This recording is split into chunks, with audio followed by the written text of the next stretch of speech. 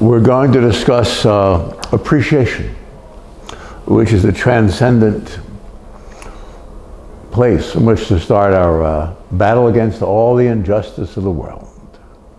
We appreciate love, ardor, kindness. I've gone to the Palace at Legion of Honor many times to see the paintings, just gorgeous, or the thinker sitting out front, Rodin. And it's just exquisite and lovely. I lived a block away some years ago and just would walk through it. You're exhilarated, you're translated to a higher place. You appreciate, you care. I love the old rock and roll music from the late 50s, what they call it doo-wop. It's just all about love, and you're just revere the one you love. You're small in front of what you appreciate. And without that kind of true love and true appreciation, the first step in spirituality is missed. And in fact, the only step in spirituality is to appreciate, is to be in reverie, to care, to love, to serve, to be there in your awareness. Greg, my saintly buddy here, he's all over everything with everyone in every place and time of his huge family. That he's the head of a huge family, and he's with them all the time, every day, and with the same love and care and kindness and healing presence and constraint and instruction. And it's a very powerful place to be, is to care, not to want, not to need, not to have, not to hold, but to revere. Those of us who are so fortunate to revere the actual God of the universe, it's true love. It's appreciation in the highest form and sense and sentiment. You become what you are. You are what you appreciate. So read fine literature. I've read thousands of books in my life, and many sometimes I don't agree with an author or so about this or that. It doesn't mean nothing. There are so many beautiful passages that take you away, that lift you beyond the bonds of earth. Spend time there every day.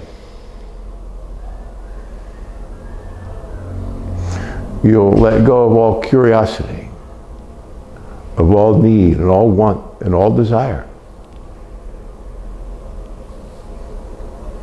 with this sentiment of true love.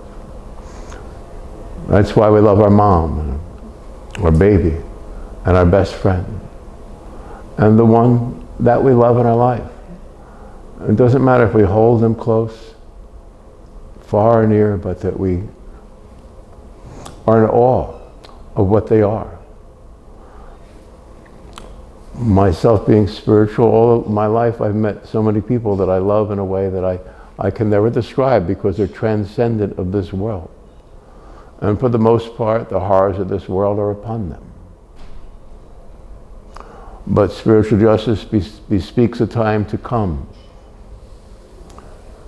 that's already here for those of us who are in constant reverie of the divine. So I'd go up to the city at the Palace of Legion of Honor, and on the second floor there was a John the Baptist painting from 1512 by El Greco. It's very large, and so when you see great painting by the masters, every inch of it that you look at says something else. The more you're familiar with the scripture, art, society, the role of a person in their life, there's actually an entire text, an encyclopedic text that's in an art form that just takes you away, and it says everything to you. The same way listening to great symphony music. And yes, the everyday everything can take you away if you're happy, if you're alive, And I'm saying there's a deeper, happier, a deeper alive, a permanence.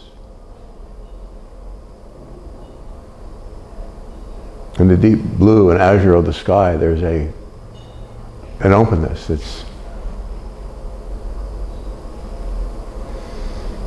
perfect love, perfect appreciation, beyond friendship,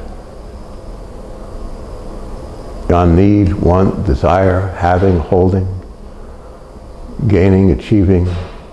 These thoughts aren't there. When you're in this place of final combat with the devil that this world is, you're so pure, you're so decent and wonderful inside. And those around you have no clue. Maybe they think he's a good person or whatever, but or she, whatever, it's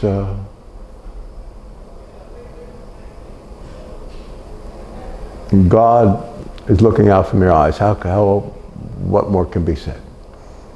And God is an infinite, infinite, infinite kindness, gentleness, and sweetness. And it's only in this apparition of a world that disorder and discontinuity and whatever discord occurs. There is no such bird in the sky of heaven where we're free, we're whole, we're permanent. This place of spiritual awareness and consciousness that we arrive at through true love of a mom, a friend, a lover. I'm not saying having a needing and holding, that's beautiful. What I'm saying is when you appreciate, you can lift that person. Me being a spiritual person, a healer as it were, I've had many, many thousands of people feel the presence of God through my touch, through my look, my glance, my heart, my soul. Every now and then someone remarks on it, but it's not done for that reason. It's done because you can see the depths of someone. There are certain people in my life right now that are about to experience the entirety of what we call cosmic consciousness come upon them. Because they're worth it. They are so pure and good, and this world has devastated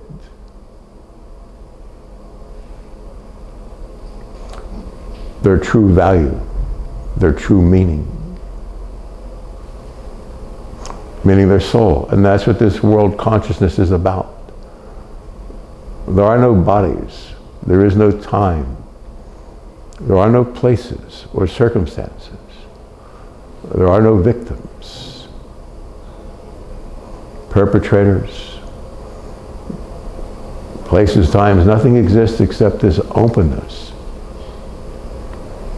And it's as sound as the ocean floor, and as clear as the morning sky. And it's you.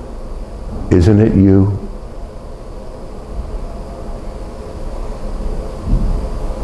You're the clean one from the far-off mounts that dropped down here for a while. And with the first glance, you know what's wrong, and you're going to sit here just a while longer until this mirage, this thing of material consciousness dissipates and is gone. And you know, as I know, all we have to do is look at it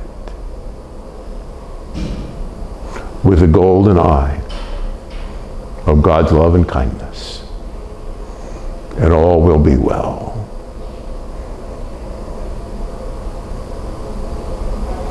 So if we look for final justice or truth or honor or wisdom or protection, caring, abundance, bountifulness, this is how it's done.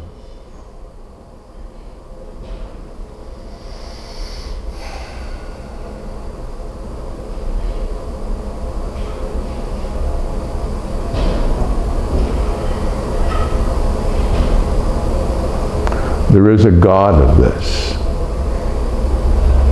that's so invisible, so kind, so true. This God that we speak of is you, is your heart, is the depth of bearing you've held throughout this existence, this incarnation, as it were. You're here to change it all. And it's first through appreciation. Write a beautiful poem to someone you love. Improve on it for a day or two. And then write another one. Write something to your mom, to an old love, a new love. Show yourself through this madness.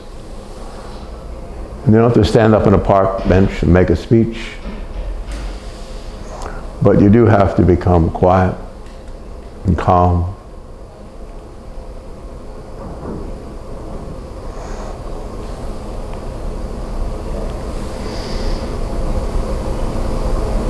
And your heart has to grow beyond the seas, the skies, the elements and the increments.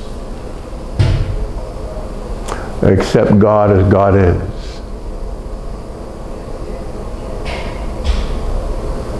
Everything that you are is invisible, is whole and intact, and it is forever. And it's wonderful, and it's good, and it's kind, and it's true, and it's very, very, very powerful. You're here to end all the madness.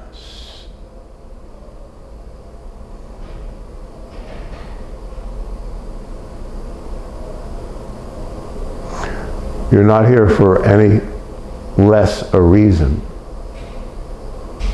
than final justice, healing, wholeness, to put back the lives of those you love. Put them back in order.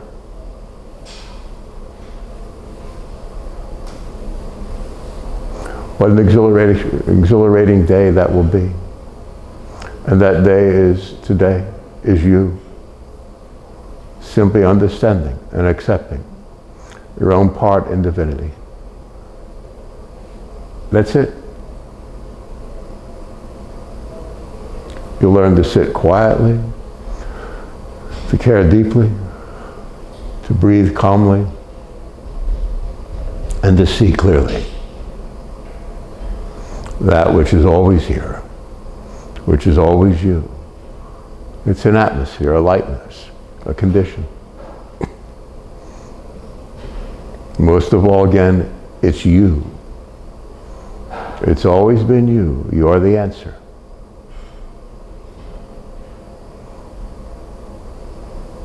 And when you're here, there's no question, no doubt, no considerations.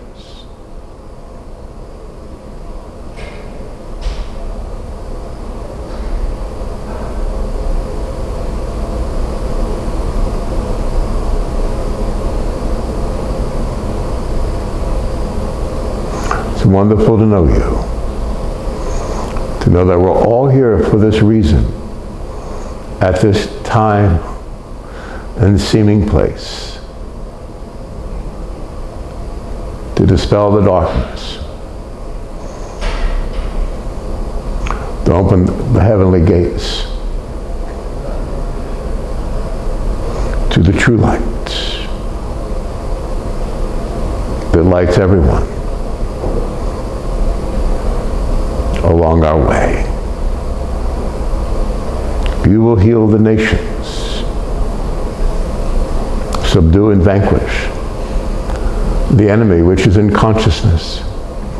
And then it will work out in our day-to-day life. You'll see things, and the decent people around you will respond.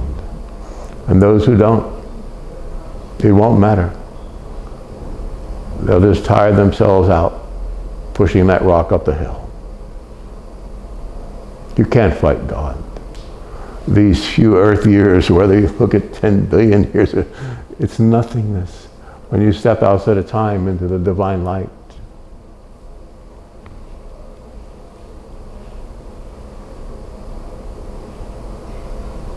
There are no words.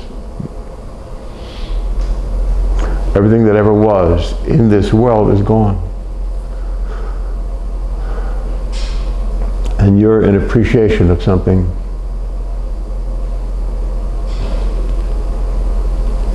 perfect, clean, whole, decent. And you'll find it appreciating you as you are appreciating this. Our Father and our friend, our God and our soul. You are the meaning of this age and time. You will fulfill your spiritual destiny.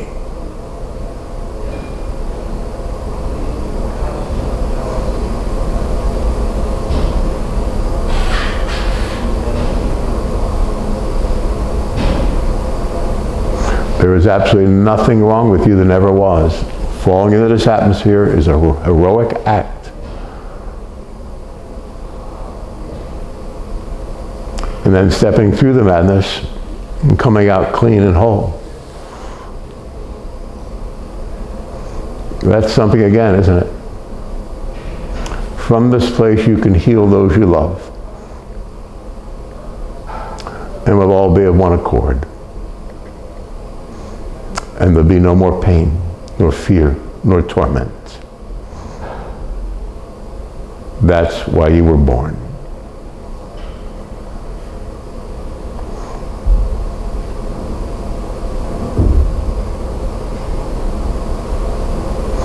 Sin in the scripture meant separation from God. Not that you did this or that evil act. It's something in consciousness. So if you know that, you sin no more. But it's not a religious sentiment. It's a wonderful sentiment. You'll spend your time in reverie, in love, caring for those that you do care for, with a healing balm. And you lift them with a very powerful arm, so that they see the great heights that surround us all. Knowing we are compassed about with this great cloud of witnesses. Witnesses, those who witness to the greatness, sweetness, and kindness of God.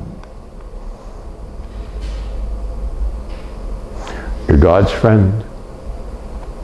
You're God's eyes and arms and heart and soul. Appreciate everything wonderful and good and decent and artful and kind. And you'll disappear in that very act of love and kindness.